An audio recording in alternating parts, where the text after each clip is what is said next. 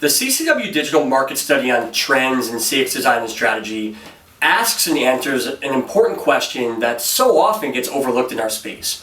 What do our customers really want? When you talk about things like personalization or omnichannel, we can have our business leader perspective, but what really matters is what the consumer is demanding. We did a very comprehensive study looking at consumer preferences as they interact with brands. How do they feel about customer support? What happens when they have a bad experience or a good experience? How do they evaluate things like personalization? What are their favorite contact channels? These questions are going to let us know, are we investing in the right direction? And so then for the next part of our study, we actually find out, okay, what do businesses feel? Where are their pain points and how do those align with what customers are experiencing? And perhaps more importantly, what are their plans for the future? And are those the right plans to really deliver those demands that customers are asking for? Personalization, one of the biggest buzzwords in the space. Everyone's trying to figure out, how do we personalize the experience? And for 75%, it's not about asking very deep questions or engaging in super lengthy conversations. It's demonstrating you know the customer and using that knowledge to create faster and more resolute experiences for customers. That's what personalization is. Don't wow them with all these intricate details you know about them. Wow them by using what you need to know to create the best possible experience. One of the big challenges we have right now is that customers just aren't convinced that for all the talk about customer centricity, brands are really committed to it. Only 12% say that they've noticed significant improvements to the customer experience. Think about that. Only 11% of customers think that you care about their feedback. You're doing your surveys, you're using analytics, and only 11%, 1/10 of your customers actually think you're interested in what they have to say. So what's scary about the customer pain point conversation is that it's the same ones you've seen time and time again. 61% of customers, as an example, say that they frequently experience lengthy delays and long wait times when they're interacting with a brand. Other common pain points include difficulty reaching a live agent.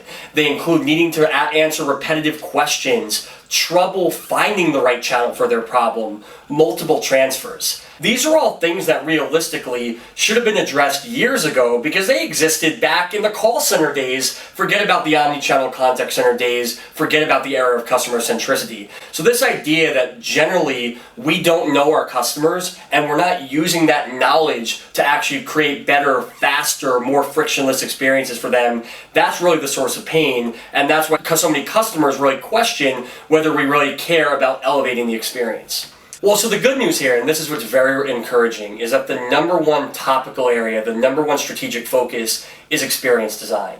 So organizations are starting to identify, hey, we may think we're customer-centric, we may know in our hearts we care about the experience, but unfortunately, we're not making the experience easy and frictionless for our customer. By making that a priority, organizations are saying, hey, we need to consider that end-to-end relationship. We need to consider the entire journey, identify opportunities to make things more simple for customers. Think about where they may want to go next and proactively solve that problem, deliver more value. So the fact that experience design is on top of the list, even above some super buzzworthy topics like AI or omnichannel, really shows that fundamentally we know as a community we need to understand what the customer is looking for and build an entire journey around that. Probably gotten to a conference where you've heard that stat where if you ask customers what they think of the experience versus asking businesses what they think, there's a huge disconnect. Customers are generally upset, businesses are generally okay with what they're delivering. But what we really want to do for this study is find out, okay, even if at the high level you think you're doing an alright job, you surely identify some weaknesses in your experience. And for organizations, the two biggest ones were using AI correctly and a 360-degree customer view. For AI, the big challenge here was that the organizations do not feel that they're successfully using AI to automate simple tasks so that agents can focus on complex ones. They may be experimenting with some AI or using it for some use cases, but at the end of the day, they still have agents wasting time on tasks that could be automated, and so they're not getting the most of their AI investments, and in turn, creating agents who are not as productive as they can be and not as happy as they can be. And for the 360-degree view, look at the pain points. Things like repetitive questions and things like not getting the customer to the right agent.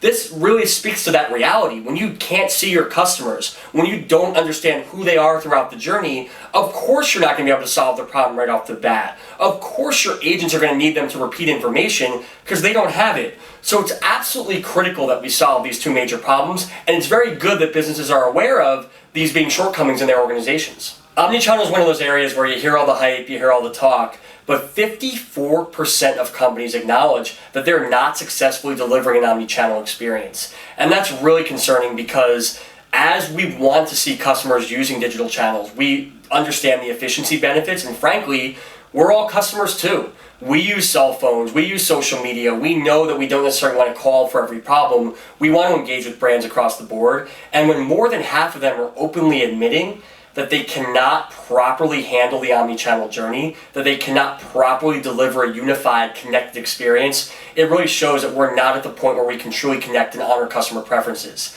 Another really concerning statistic here was that nearly 1/3 of organizations are not getting C-level buy-in for the customer experience. While this may not be one of the biggest challenge areas, it's a real challenge when 1/3 of companies don't have the top level support they need to be customer centric. Because when we're releasing this report, yeah, you as a customer contact leader may be the one reading it. You may be trying to motivate your agents and your team to do better. But if you don't have the organization behind you, I don't care how customer centric you are, you're not going to be able to do what you need to do. It's going to be frustrating, it's going to be ineffective. This data, this analysis demonstrating how you can calibrate what you're doing in your contact center and your CX function with what customers want, it's so pivotal to distancing yourself from the competition. That's why what you're going to want to do is go to ccwdigital.com, download this free market study right now to get all the data, all the points, all the examples you need to become more customer centric. But you don't have to stop at just reading the report, because on September 10th and 11th, CCW Digital will present its online summit on this exact same topic. We will have keynotes, interactive roundtables, panels, case study sessions, demos, all demonstrating new ways to use processes, best practices, technology, data to become more customer centric, to connect with customers in ways you never thought possible, and build loyalty and advocacy you've never before seen.